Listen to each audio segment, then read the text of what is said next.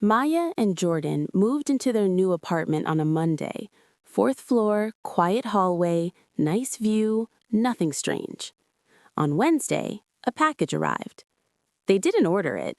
No label, no sender, just a small white box sitting neatly at their door.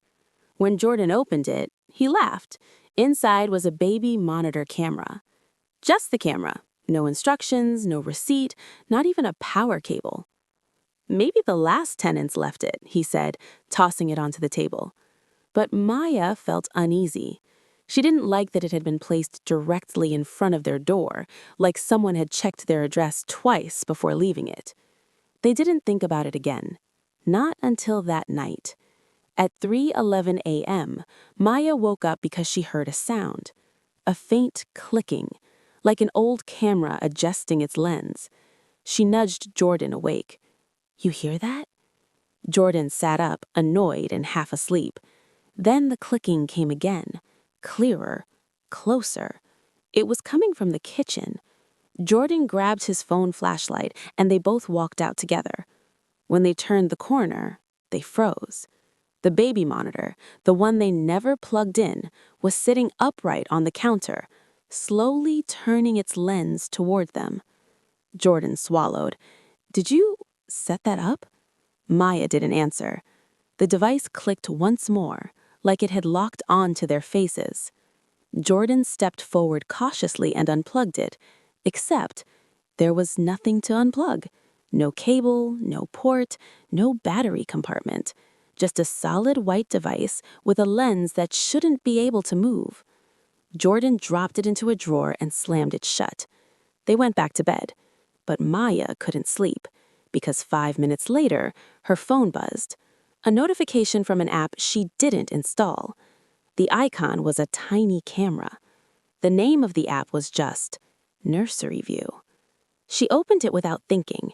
The live video feed loaded instantly.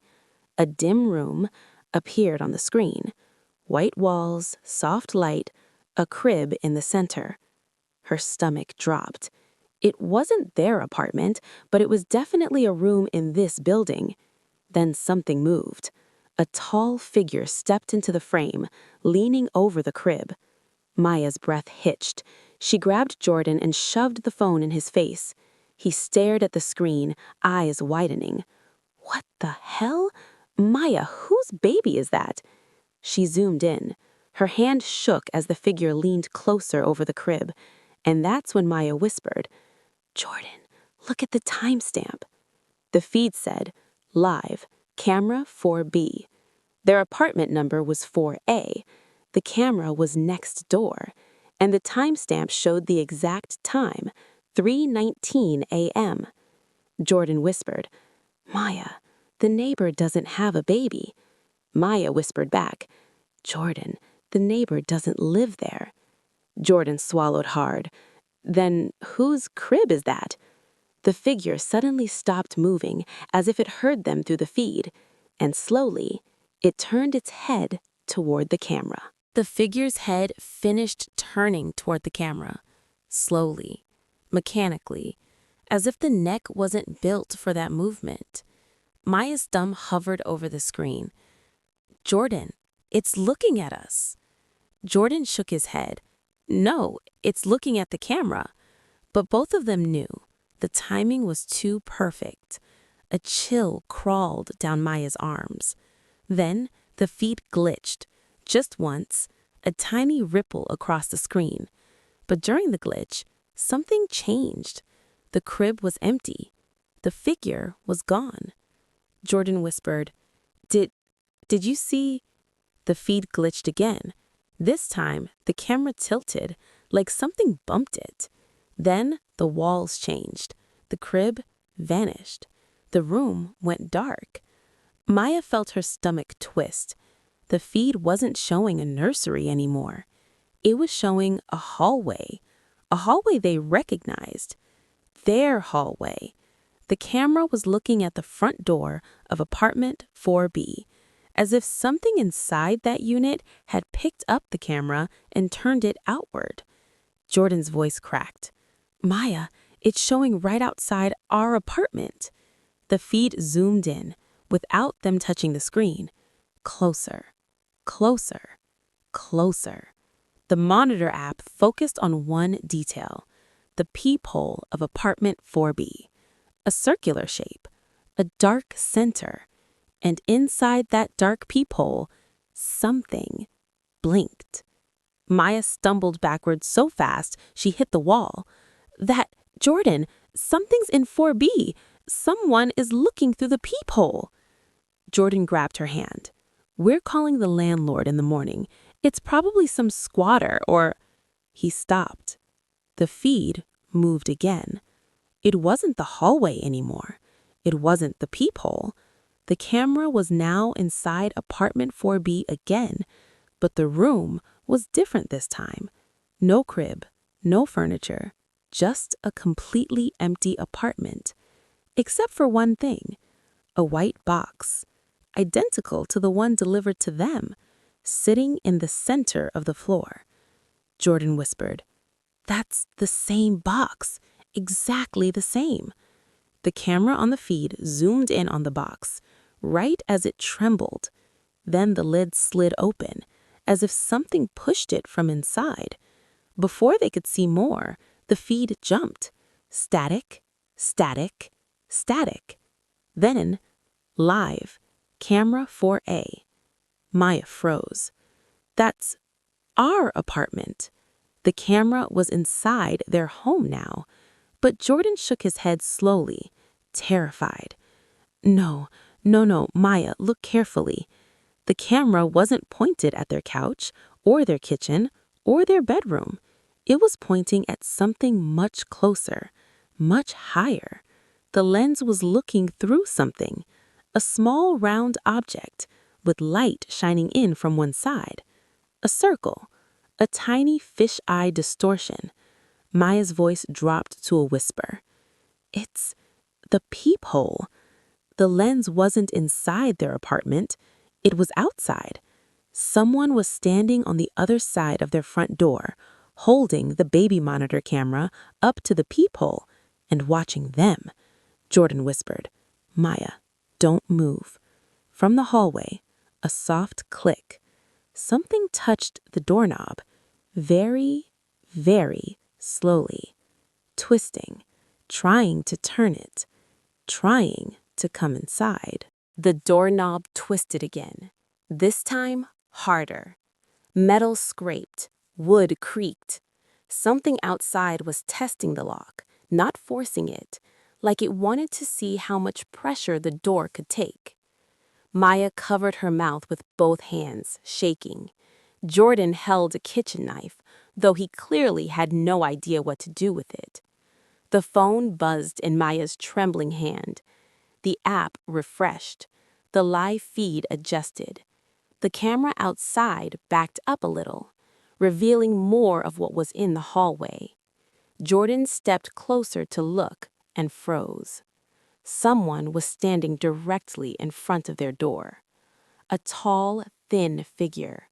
No clothes, no details, just a pale, featureless silhouette, like something unfinished, as if the shape of a person was drawn, but the details were never filled in. And in its hand was the baby monitor, pointed at their peephole, pointed straight at them. Jordan whispered, "That's not real. That's not a person." Maya mouthed, "Don't talk." The figure raised its head, not smoothly, but in tiny jerks, like its neck was made of misaligned hinges. It leaned closer toward their peephole. On the feed, its blank face pressed right up to the tiny glass circle. Its skin stretched unnaturally as it pushed closer, making the lens bulge. Jordan whispered, "It's trying to see us." Maya whispered back, "It already can." The figure suddenly tilted its head sideways, a quick, sharp motion, then another, like it was trying to understand how human heads worked. A low, vibrating sound began to leak through the door.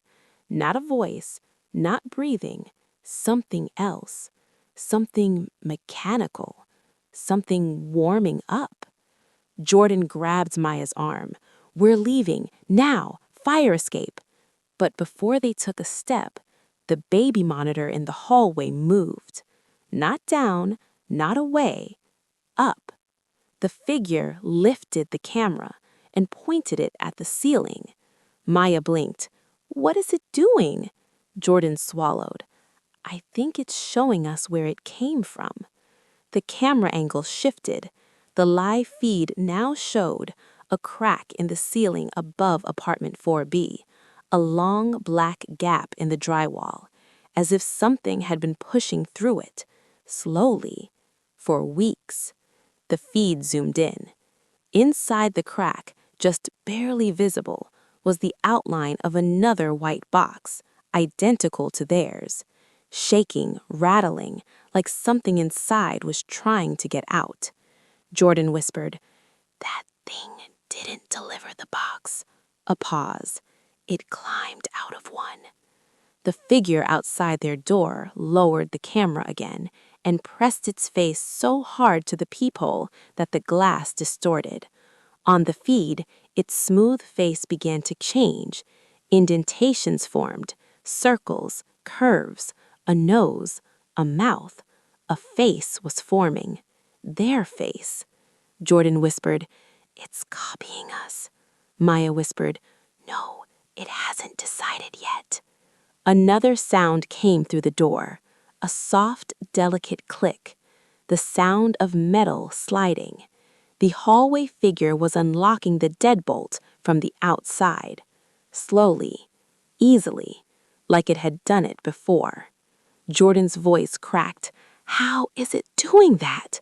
The feed zoomed into the figure's hand. Its fingers weren't fingers anymore. They were thin, precise tools, shifting shape, morphing into the exact shape of their deadbolt key. Maya whispered, "It's learning. It learns fast." And then, click. The deadbolt unlocked. The doorknob turned. The door opened an inch. Dark hallway air spilled inside.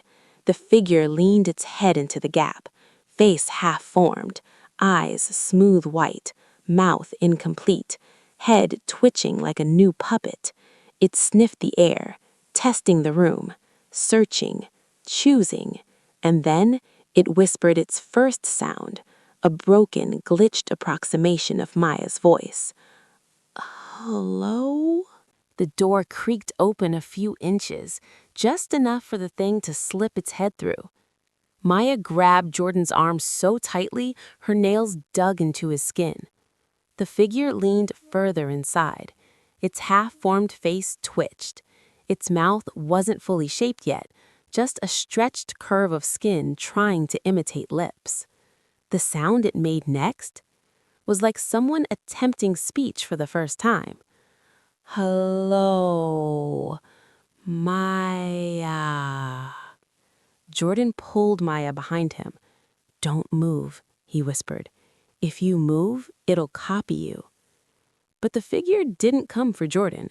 It turned its head, slowly, toward Maya. Then its face began shifting again.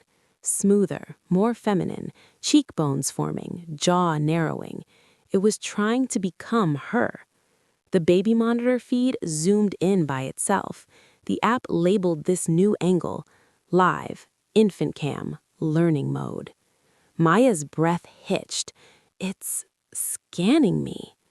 Jordan stepped forward, stupidly brave. "Hey, over here. Look at me."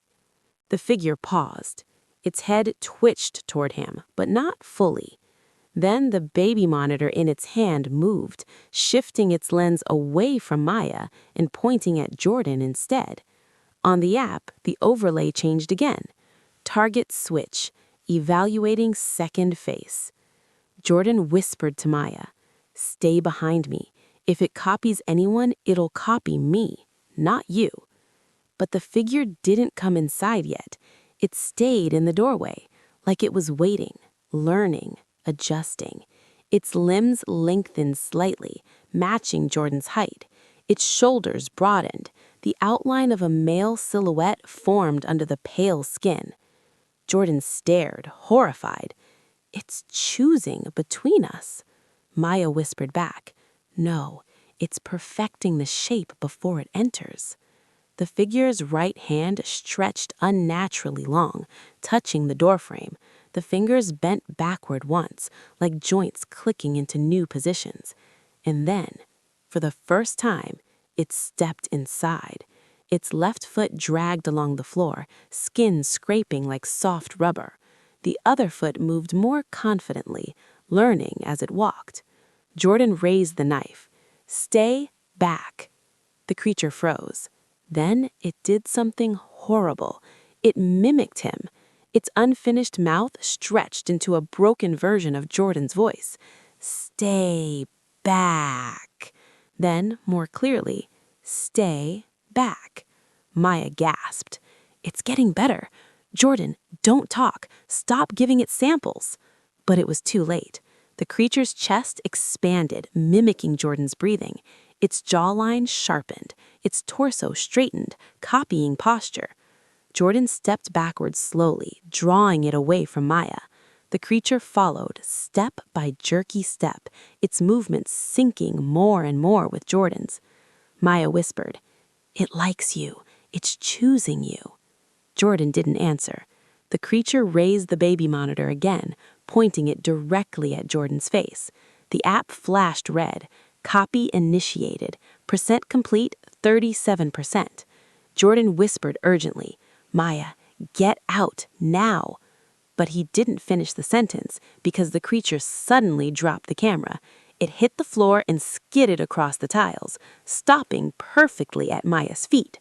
Jordan's eyes widened. "Maya, don't look at it." The moment she looked down, the app switched targets again. On Jordan's phone, the feed updated. New priority, female subject. Copying, 3%, 4%, 5%. The creature's head snapped toward her, instantly, with terrifying speed. Its face began reshaping again, feminine features melting out of Jordan's barely formed ones. Maya stumbled backward. "No, no, no!" Jordan grabbed her hand and pulled her toward the kitchen. "Maya, run!" The creature lunged, fast. It wasn't learning anymore. It was hunting. Jordan and Maya sprinted into the kitchen. The creature hit the floor behind them, a heavy, wet impact, but then got up with unnatural speed, limbs snapping into place like they were realigning mid-movement. Maya grabbed a chair and shoved it behind them. It slowed the creature for half a second, just long enough for Jordan to pull her into the laundry room and slam the door. He locked it, pressed his back against the wood, heart pounding. The creature stopped outside. No scratching, no hitting, just listening. Jordan lowered his voice to a whisper. "It's choosing between us. It needs a final model." Maya stared at him, trembling. "Jordan, what happens when it finishes copying?" Jordan swallowed. "You saw the app." He didn't finish. He didn't have to. They both knew. Once the copy is complete, the creature replaces the original. It doesn't need two. Maya clutched the phone, looking at the baby monitor feed. The app showed the creature standing perfectly still outside the door, head tilted, listening for breath. Then something changed. The feed glitched, static, but this time it wasn't random. Lines of code flickered on the screen. White text, black background. Infant Unit 4B, status, failure. Reason, host unavailable. Secondary initiation required. Maya's voice cracked. "Jordan, what host? What does that mean?" The text scrolled. Unit 4B attempted host creation. Condition, unsuccessful. Reason, no infant present. Maya felt her stomach twist. "Jordan, these things aren't just copying us." Jordan leaned closer. "They're supposed to copy a baby, a newborn." Maya whispered, "That's why they come in a blank state. And learn, and form, and follow." Jordan finished the thought for her. They're supposed to replace a missing infant with a new, artificial one. Maya shook her head. No, no, no, no. Why would anyone do that? But the app answered for them. Purpose. Create a stable infant surrogate when original is lost, damaged, or unavailable. Jordan stared at the door. We weren't supposed to get that box. Maya whispered. Then why were we chosen? More code flashed. This time, the text chilled both of them. Host priority, selective. Best match found, 4A, female. Maya's breath froze. It's not trying to replace us. A pause. It's trying to replace me. Jordan grabbed her, shaking his head. No, no, you're not. But the next lines stopped him cold. Unit 4B searching for maternal template. Match confirmed. Copying 47%, 48%, 49%. Jordan whispered, It doesn't want your face. It wants your role. Maya felt the world tilt. Her voice barely escaped her throat. It wants a mother. Outside the door, the creature moved. Deep, heavy steps, as if it had made its decision. The handle twisted, slow, confident. Not like before. This time, it knew who it wanted. The door handle turned all the way. Maya grabbed Jordan's arm, pulling him back, bracing for the monster to break through. But it didn't. Instead, it stopped. A mechanical voice crackled from outside the door, soft, distorted, almost like a child learning its first words. Ma, open. Maya's entire spine went cold. Jordan put a finger to his lips and whispered, It's not talking to us, it's talking to you. The baby monitor feed glitched again as the creature leaned closer to the door. The text scrolled rapidly. Maternal template, 4A, 81% complete. Please prepare for final bonding. Do not interfere with process. Jordan grabbed Maya's shoulders. We have to get out, now. But the house shifted. A low hum vibrated through the walls, coming from the vents, from the floors, from everywhere. The other boxes, the ones they'd shoved into closets, they were waking up, one by one. The hum grew louder, deeper, like an entire nursery full of machines, activating. Maya whispered, Jordan, how many boxes did we get? He swallowed. 4. The monitor blinked as new units came online. Unit 1A, awake. Unit 2C, awake. Unit 3B, awake. Unit 4B, primary. Jordan lunged toward the back door, but it slammed shut with a mechanical lock. Maya grabbed the phone. Who sent these to us? The app glitched violently, then displayed a single line of text. Delivery authorized by the Maternal Loss Program. Jordan froze. Maya, that's a government database. She whispered, My name isn't in any loss program. I've never... And then her voice died in her throat. She remembered something. Something she never told anyone. The miscarriage she had 2 years ago, before Jordan, before they met. Her name was still in the system.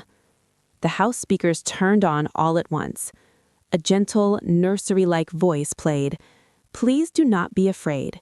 You have been selected for a replacement. Your new child requires bond completion. Jordan grabbed her hand. We're not doing this. We're not raising that. But the creatures, all 4, began crawling out of dark doorways. Blank faces, half-formed limbs, moving like newborn animals learning to walk, all whispering, Ma, Ma. Maya screamed, I'm not your mother. The primary unit, 4B, stood taller than the rest, its body reshaping, molding itself. Its face smoothed into something horrifying. Her own face, but younger, softer, idealized, perfect. Jordan backed up. It's making a better version of you. The walls flashed with one last message. Maternal template, complete. Replacement, ready. Then all the units turned toward Maya, and then suddenly stopped, all at once. Their heads snapped toward Jordan instead. Maya whispered, "Jordan, why are they looking at you?" The monitor displayed the final line. Paternal template not found. Searching for nearest match. Match found. 4A female. Partner. Jordan's blood ran cold. "Maya, run!" But it was too late. The creatures lunged. Lights cut out. Camera feed died. Only one final transmission appeared on the screen. Replacement family created. Thank you for your participation.